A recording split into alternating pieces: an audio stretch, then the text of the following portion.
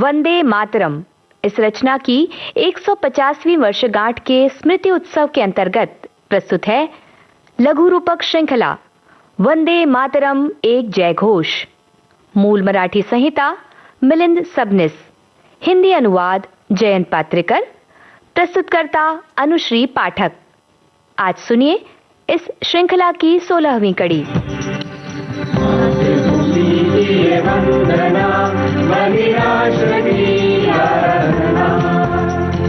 जन जन में जिसने भी जगाई क्रांति की प्रेरणा, वंदन है वंदे मातरम, जय घोष वंदे मातरम, जय घोष वंदे मातरम, जय घोष वंदे मातरम।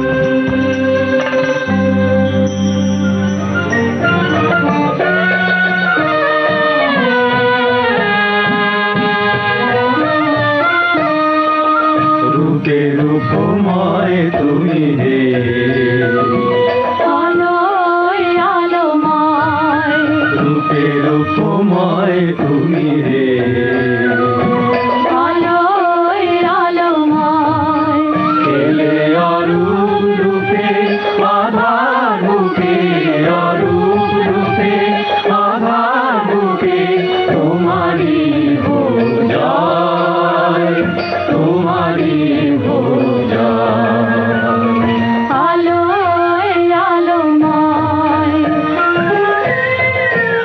आज ऋषि बंकिम चंद्र चट्टोपाध्याय इस नाम को जाना जाता है वंदे मातरम इस गीत एवं आनंद मठ इस उपन्यास के लिए।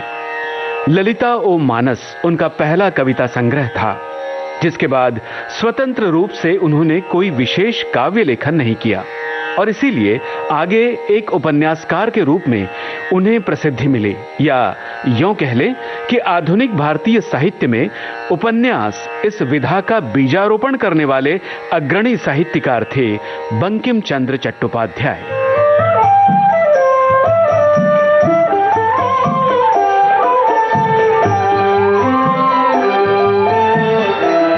उनकी साहित्य यात्रा में उपन्यास लेखन के 3 कालखंड हैं। 1856 से 1872 इस कालखंड में लिखे उनके उपन्यासों की पार्श्वभूमि ऐतिहासिक है। 1873 से 1880 इस कालखंड में लिखे उनके उपन्यासों का परिवेश पारिवारिक और सामाजिक है। इसी समय में उपन्यास लेखन के साथ साथ उन्होंने व्यंग्य लेख, आलोचनात्मक लेख, निबंध, लघु उपन्यास जैसी विविध साहित्य विधाओं को भी छुआ।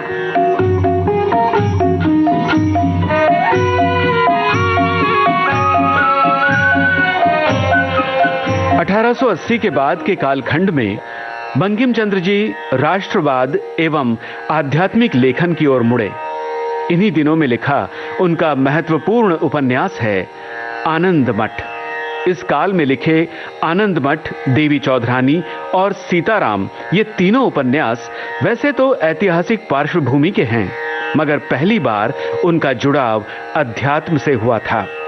1875 में बंकिम चंद्र जी ने वंदे मातरम की रचना की और इसी दौरान उन्होंने वैदिक साहित्य का अध्ययन करके हिंदू तत्वज्ञान, बौद्ध दर्शन और भारतीय तीज त्योहारों के बारे में कई लेख लिखे। बंकिम चंद्र जी नास्तिक तो नहीं थे, मगर धर्म भीरु या अति धार्मिक भी नहीं थे। बचपन में ही संस्कृत साहित्य के संस्कार उन पर हुए थे। जिन दिनों में वंदे मातरम लिखा गया, उसी दौरान बंकिम चंद्र जी भारतीय तत्वज्ञान की ओर आकर्षित हुए।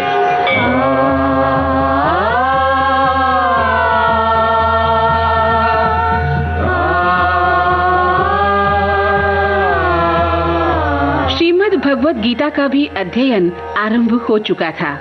उसका सीधा प्रभाव वंदे मातरम से 1 माह पूर्व लिखे गए आमार दुर्गोत्सव इस लेख में स्पष्ट दिखता है। उन्हीं दिनों बंकिम चंद्र द्वारा संपादित बंगदर्शन इस पत्रिका का प्रकाशन बंद पड़ गया था। उसे पुनः शुरू करने की मांग पाठकों की ओर से होने लगी, परंतु इस बार संपादन का भार बंकिम बाबू ने अपने बंधु संजीव चंद्र जी को सौंपा। बंग दर्शन की लोकप्रियता पहले जैसी बरकरार रहे, इसके लिए संजीव चंद्र ने बंकिम चंद्र जी को उनके नए आगामी उपन्यास का क्रमशः प्रकाशन बंग दर्शन में करने की विनती की। हाल ही में 15 जुलाई 1880 को बंकिम बाबू ने आनंद मठ का लेखन पूरा किया था। वही उपन्यास 1880 के अगस्त माह के बंग दर्शन के अंक में प्रकाशित होना आरंभ हुआ।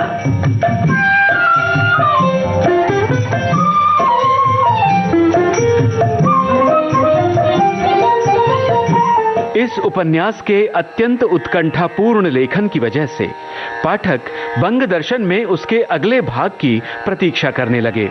थोड़े ही समय में आनंद मठ ने लोगों के हृदय में जगह बना ली और उसके कारण बंग दर्शन को पुनश्च लोकप्रियता प्राप्त हुई। 1880 के मध्य में आनंद मठ उपन्यास का अंतिम भाग बंग दर्शन में प्रकाशित हुआ और दिसंबर माह में पहली बार पुस्तक रूप में प्रकाशित हुआ। बंकिम चंद्र जी ने इस उपन्यास में 5 वर्षों पूर्व लिखे वंदे मातरम गीत का थीम सॉन्ग अर्थात विषयात्मक धुन की तरह उपयोग किया था, या फिर यूं कहा जा सकता है कि आनंद मठ इस उपन्यास का ताना बाना वंदे मातरम के साथ ही बुना गया था।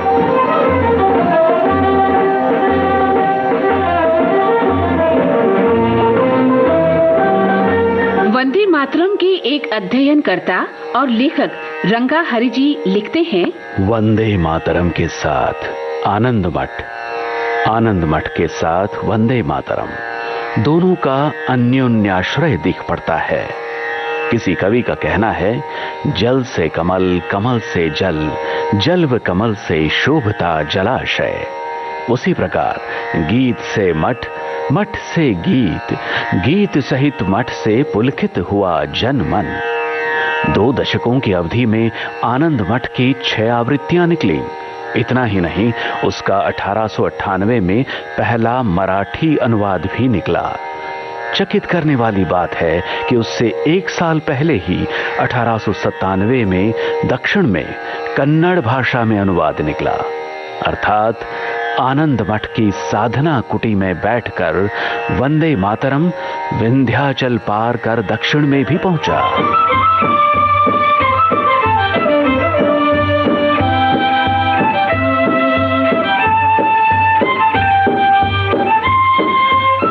किसी हीरे को सुंदर आभूषण में जड़ाऊ स्थल मिल जाए और उसका तेज और अधिक निखरने लगे, उसी प्रकार वंदे मातरम को आनंद मठ में जड़ने का सुंदर सा स्थान प्राप्त हुआ। शायद यही कारण है आज भी कई लोगों के मन में भ्रांति है कि आनंद मठ के लिए ही वंदे मातरम लिखा गया है।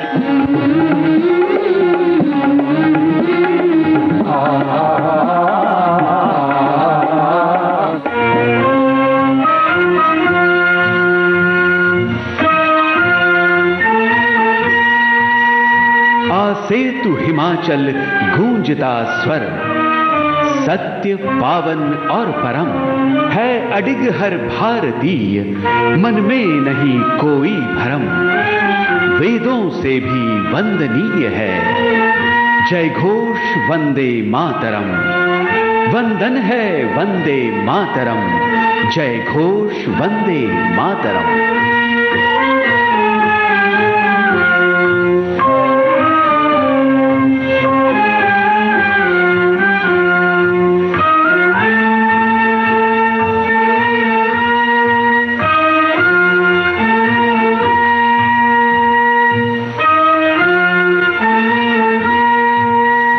वंदे मातरम एक जय घोष, इस लघु रूपक श्रृंखला की ये थी 16वीं कड़ी।